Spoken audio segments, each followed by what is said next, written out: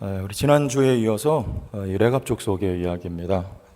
하나님께서 직접 말씀하셨던 유다인들은 하나님의 말씀을 불순종했는데 이들의 선조인 요나답을 통해서 200여 년 전에 가르친 말씀을 이 후손들이 오랜 시간이 지났는데도 불구하고 지금 100% 순종을 하고 있다.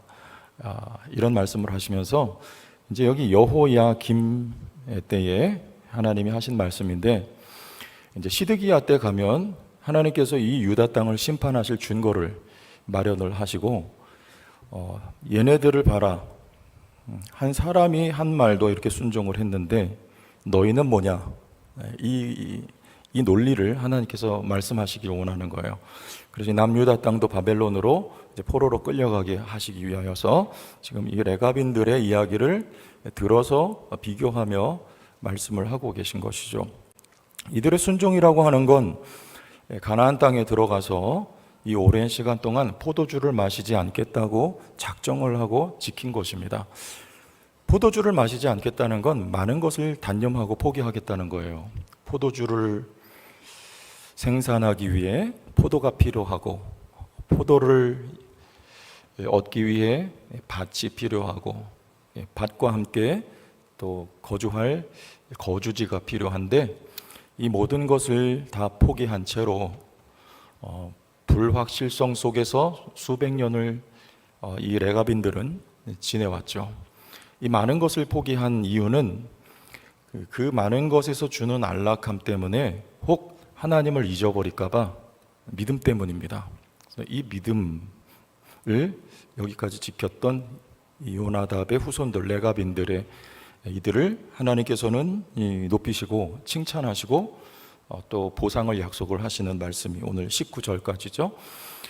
이 말씀을 읽으면서 이 귀한 믿음 참 귀합니다. 어떻게 이렇게 많은 것을 포기할 수 있느냐, 오랜 기간 동안에 이 믿음이 어디로부터 말미암았는지 한번 생각해 보셨을까요? 저는 생각을 해봤어요.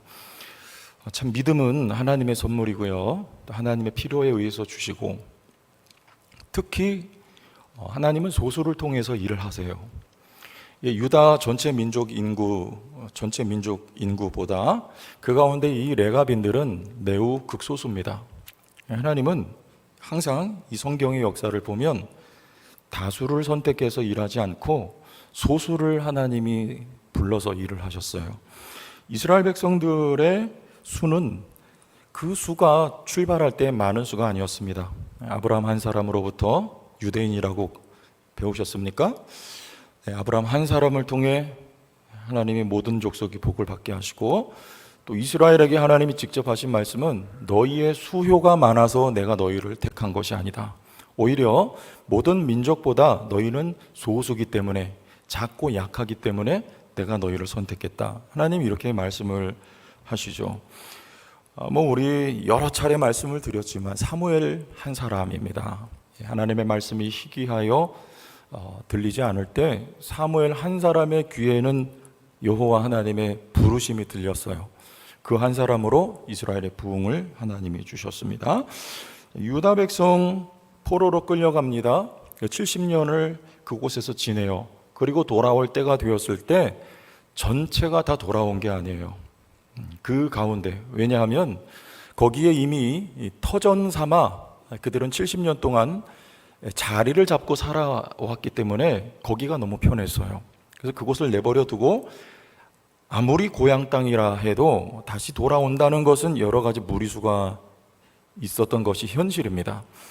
그래서 돌아오기를 즐겨하지 않았던 많은 사람들이 그 바벨론 그리고 페르시아 바사 그 지역에 남겨져서 살았고, 그 가운데 소수가 스룹바벨과 에스라와 느헤미야 같은 믿음의 사람들을 하나님이 그 소수를 되돌려 보내서 이들과 함께 왔던 유다인들을 말씀으로 가르치고, 또 성전을 재건하게 하시고, 그리고 성벽을 수축하게 하신 것은요, 다수가 아니고 하나님이 소수를 통해서 이 일을 진행을 하셨습니다.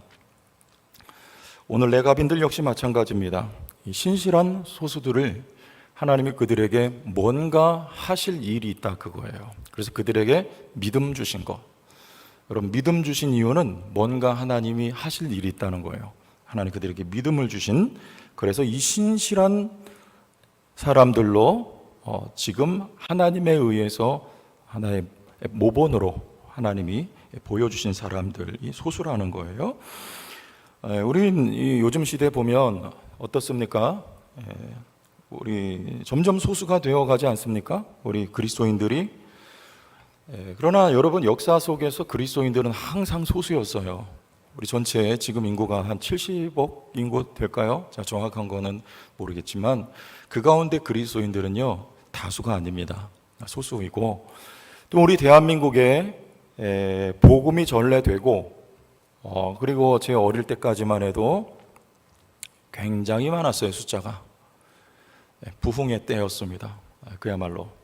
그러나 지금은 점점 줄어들고 있고, 특히 대도시고 지방 소도시고를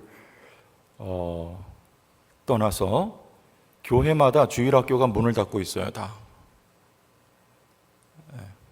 우리 성도교회는 감사한 일이에요. 제천에 많은 우리 같은 교단 노회에 주일학교 있는 교회 몇 남지 않았습니다. 문을 닫고 있고, 그런데 제가 어릴 때, 저는 모태신앙이 아니고요, 중간에 믿었죠. 근데 주일학교를 갔었어요. 실은 주일학교를 갔는데 저 동대문구 이문동이라고 연탄공장이 있는 거기 이문동 교회라고 있어요. 통합측 교회인데 제 기억은 굉장히 큰 교회인데요.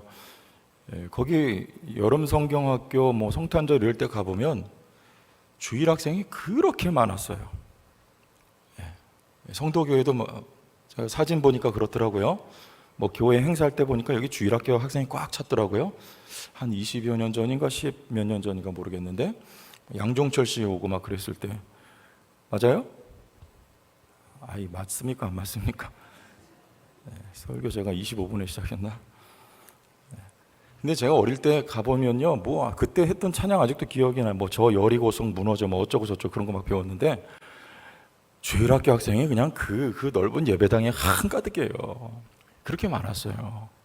여러분, 지금 한 이제 불과 30여 년 이제 지났는데 그런 교회는 거의 없습니다. 다 이제는 주일학교가 점점점 줄어들고 있어요. 우린 이것을 보면서 이상하게 생각하죠. 여러분, 제가 드리는 말씀은 하나님 앞에 부흥을 위해서 기도해야 합니다. 기대해야 돼요. 기다려야 돼요. 하지만 이상히 여기지는 말라는 말씀을 저는 드리는 거예요. 왜냐? 우리가 기독교 역사를 쭉 보면 이게 자연스러운 흐름입니다. 처음에 여러분 부흥의 때가 있어요. 그러나 한때 있어요. 우리 성경 사도행전 18장 9절로 10절 봅시다. 사도행전 18장 9절로 10절. 자, 읽어보실까요? 시작. 밤에 주께서 환상 가운데 바울에게 말씀하시되 두려워하지 말며 침묵하지 말고 말하라. 내가 너와 함께 있음에 어떤 사람도 너를 대적하여 괴롭게 할 자가 없을 것이니 이는 이 성 중에 내 백성이 많으니라. 여기 왜 많습니까? 선교 초기거든요. 예루살렘 교회에 수만 명 성도가 생겼어요. 왜죠? 거기 처음이에요. 처음. 초대교회라고 해요. 그래, 초대교회. 고린도에 가서 바울이 복음을 전합니다. 거기 복음이 처음 선포되는 곳이 그 현장, 그 자리, 그때. 그래서 여기서 고린도에서 바울이 말씀에 붙들렸다 그래요. 왜냐? 거기 이성 중에 내 백성이 많기 때문이에요. 하나님이 바울을 통해서 그 백성들에게 복음을 전하고 그 백성들을 먹이기 위해서 바울은 하나님의 말씀에 붙들렸던 거예요. 이처럼 일반적으로 그렇습니다. 일반적으로 하나님이 어느 지역에 뜻이 있어서 복음을 보내시면 복음을 거절하고 받아들이지 않고 문을 꽁꽁 걸어 잠그는 나라도 민족도 있는 반면에, 그러나 우리 대한민국처럼 처음에는 거절했으나 이렇게 복음이 확 들불처럼 불길처럼 타오르는 이런 나라가 있단 말이에요. 이걸 부흥이라 그래요. 부흥은 누가 주시는 겁니까?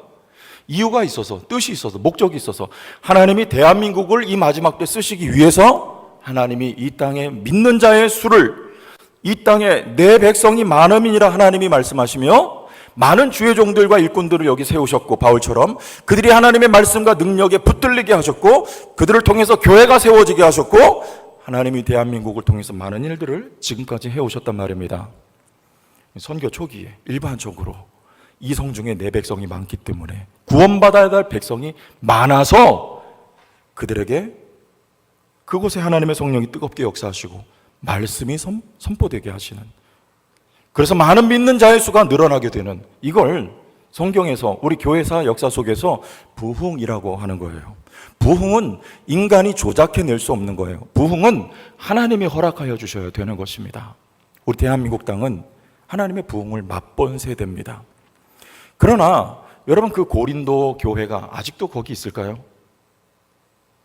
가을에 여러분 성지순례도 가보세요. 거기 갈까요? 고린도 그 지역에? 장로님 가나요, 안 가나요, 거기? 우리 장로님 다 이미 공부하고 계셔, 다 알고 계셔요. 선교부장이시니까. 여러분, 사도 바울이 개척했던 그 교회 지금 가보면요, 터키 지역에, 소아시아 지역에 흔적만 남아 있어요. 교회 터만 있죠. 지나가는 거예요, 이게. 예루살렘에서부터 교회가 시작이 되어서, 그럼 사도 바울로 말미암아 로마와 스페인을 바라보게 하시고 유럽으로 복음이, 그리고 아시아로, 그리고 다시 예루살렘을 향하여 복음의 물결은 흘러가는 거예요. 그러나 처음 시작할 때 부흥이 있었으나 여러분, 그 지역에는 흔적과 터만 남아 있어요.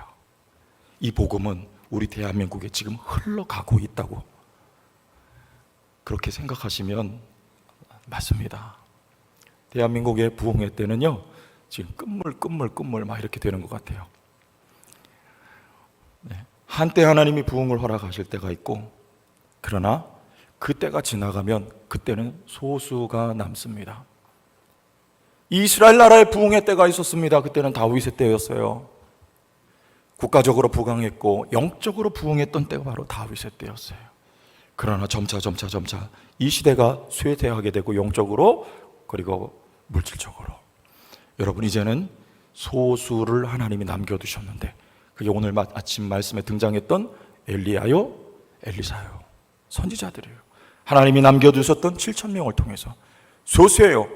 심지어 엘리야는 나 혼자 남았다고 하나님 앞에 독백을 할 만큼, 여러분 믿는 자를 찾아보기가 어려웠던 그 시대에 하나님은 소수를 붙들고 소수를 통해서 하나님이 일하셨단 말입니다. 그러니까 이 역사의 흐름 속에 여러분, 하나님이 이 역사를 경영해 나가시는 것을요, 우리 성경을 통해서 잘 묵상하고 볼 수 있어야 돼요. 그러나 우리는 부흥을 위해서 기도해야 될 줄로 믿습니다. 기도하시기를 바랍니다. 손 놓고 있으라는 말은 아니에요. 최선을 다해야 되고, 노력해야 되고, 전도해야 되고, 복음 전해야 되고, 영혼들을 살려야 되고요, 어린아이들을 말씀 앞에 붙들어 매이게 해야 돼요. 그 가운데 누구를 통해서 하나님 일하실지 모르기 때문에 그렇습니다. 이 소수를 통해서 하나님이 뭘 하시느냐? 역사 속에 부흥은 계속 있어 왔어요. 2024년 이후에도 부흥은 올 것입니다. 믿습니까? 우리 대한민국이 될지, 아니면 중국이 될지, 아니면 우리 박철진 전사님 나가는 중앙아시아 쪽에 키르기즈스탄이 될지 우리는 몰라요. 예루살렘에 다시 하나님 부흥을 주실지 모릅니다. 그러나 어디에선가 하나님께서 허락하실 그 부흥의 때를 위해서 하나님은 소수를 남겨두시고 그 소수들로 불쏘시개 역할을 하게 하셔서 부흥의 때를 준비하게 하신다는 거예요. 엘리야를 통해서, 엘리사를 통해서 그랬죠. 자기 남겨진 자들의 사명 여기 한번 짚습니다. 레갑 족속은 여러분 이들의 사명은 무엇이었느냐? 순수 히브리 혈통이 아니라는 거, 겐 족속이라고 말씀드렸어요. 모세의 장인 이드로가 겐 족속이죠. 그 후예입니다. 또 성경에 많은 예들이 있습니다. 성경에 우리 마태복음 1장에다 보면 많은 이방인들이 거기 예수님의 족보에 들어와 있어요.